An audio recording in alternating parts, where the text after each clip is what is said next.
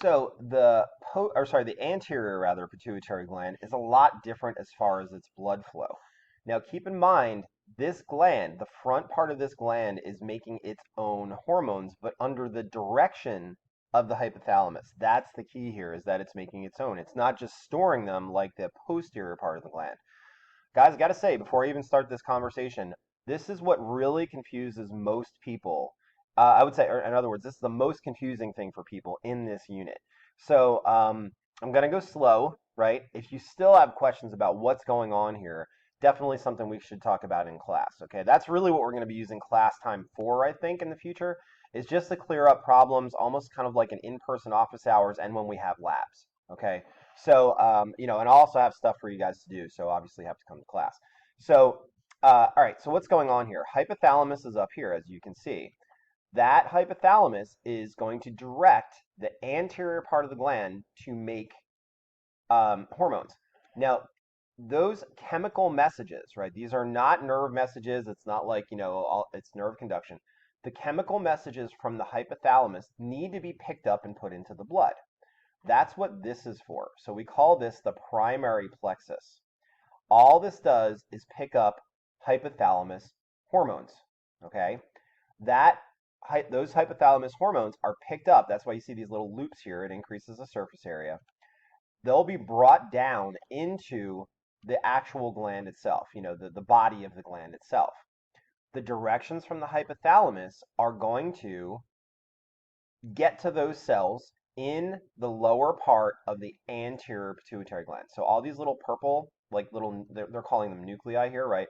But all these little purple areas are the cells that are creating the hormones under the direction of the hormones from the hypothalamus. Okay, so they're going down, and then those hormones are dropped off in this bigger secondary plexus. Okay, so you can see that it's labeled secondary plexus, right? So what is the secondary plexus doing? It's doing two things. It's dropping off to the cells in the gland hormones from the hypothalamus. And once those cells in the gland make the new hormones, this secondary plexus will absorb them and take them out to the targets in the body, right? So we're going to say down here to targets again, right? So if you were to look at this, right, keep in mind we can't learn everything at once, unfortunately, in here. Whenever you have blood vessels expanding into like these, intricate little beds that you see here, that's always indicates that materials are being exchanged from the blood to the surrounding tissue and or back again. All right. So what's going on up here. So this is picking up hormones from the hypothalamus, right? So that's why you have this bed. It's the hypothalamus hormones are going into the bloodstream, right? Then those hormones travel down to the secondary plexus where not only are they dropped off, but new hormones are picked up, right? The new ones that are made by the hypothalamus, and then they're brought out to their targets. So this is a lot different than the posterior part of the gland, which simply just, picked up hormones from the hypothalamus cells, right? So again, I know that this is probably a little bit confusing because there's so much going on here. You got two options. You can obviously rewind the video and listen to it again, or wait till class. And I'll definitely be talking about this because, as I said before, this is one of the more confusing things in the unit, right?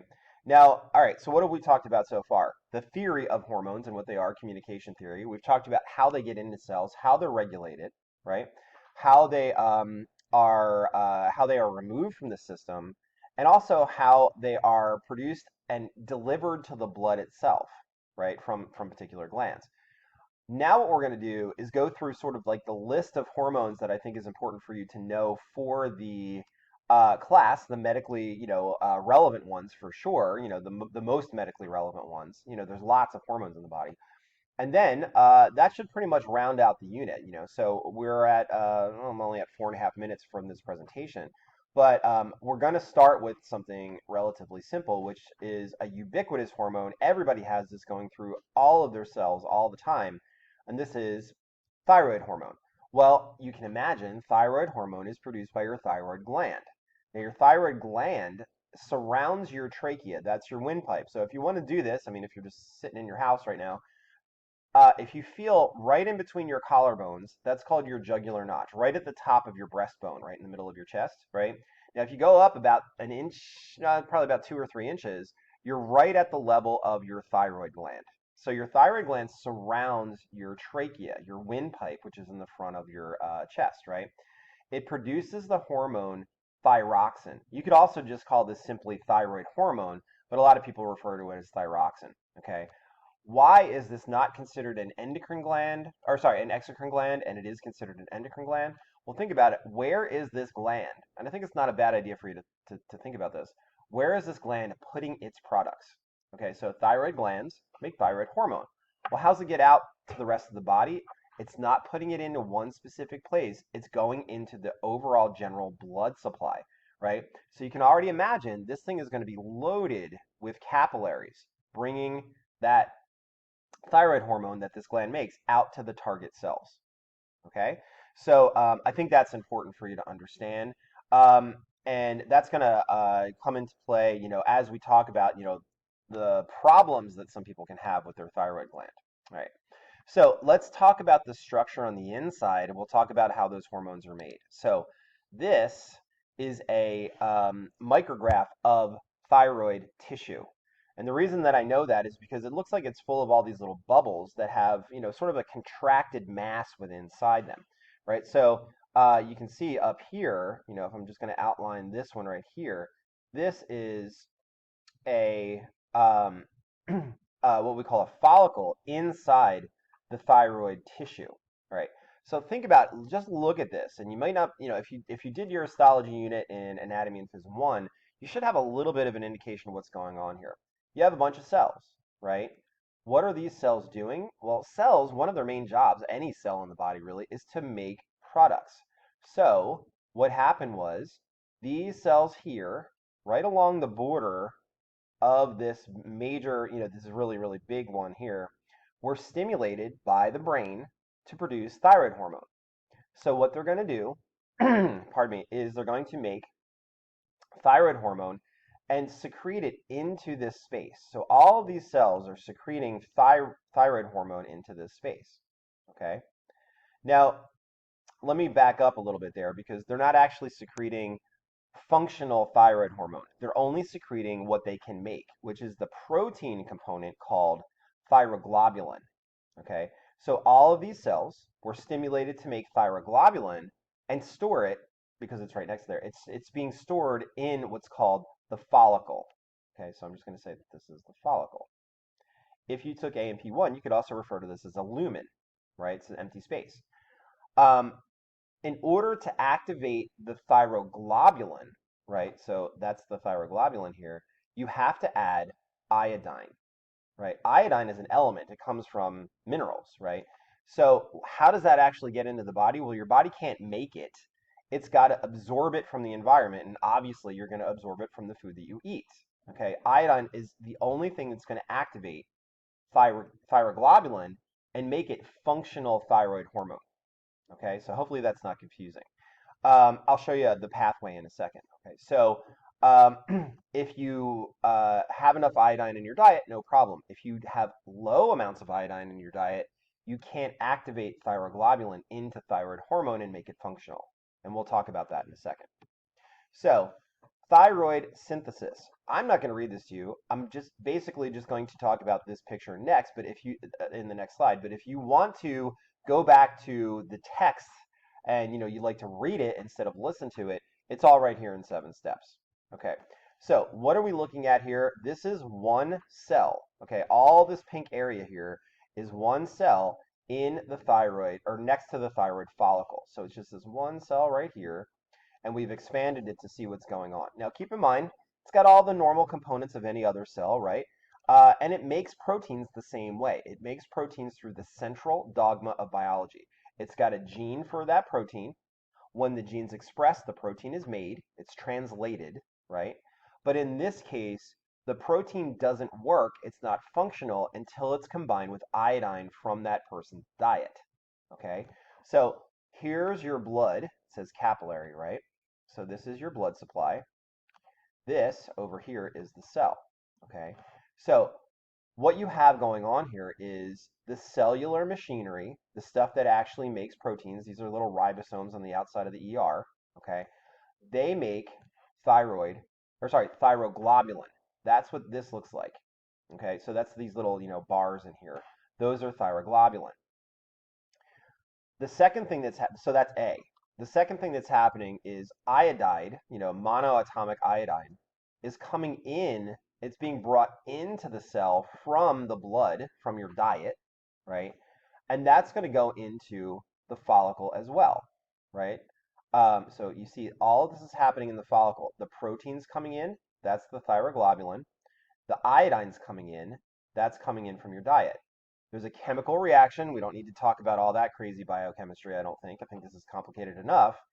And thyroglobulin is combined with iodine. If it's combined with four iodine molecules, right, or atoms rather, that's called T4. You may have heard about thyroid panels as having T4 and T3. If it's combined with three iodine molecules, it's called T3. And thyroid hormone generally comes in two different versions, T3 and T4. Okay, this now here, once everything's combined, is now functional. Okay, so it will act as thyroid hormone should.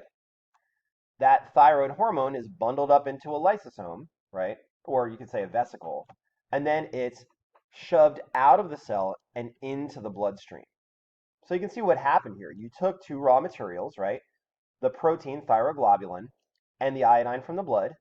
In this little reaction chamber, right, which we call the follicle, it made functional thyroid hormone. That functional thyroid hormone is then exported back into the blood so that it can go out and actually cause a change. And thyroid hormone, as I said before, is all about regulating metabolism. So a good question here to ask is, what are the targets? What cells, tissues in the body are targets of thyroid hormone? All of them are. Okay, every one of your cells has a receptor for thyroid hormone, both T3 and T4. So it's important to understand that, some cells, some hormones have very, very few targets in the body, right? So very, very few cells that actually have receptors. Some cells have ubiquitous receptors. They're everywhere, right? This would be one of the latter group, right? So all of those cells, or all of the cells in the body rather, have receptors for thyroid hormone. So I think that's important. Okay, so what is going to lead to this condition, right? So this poor woman here has what we call a goiter.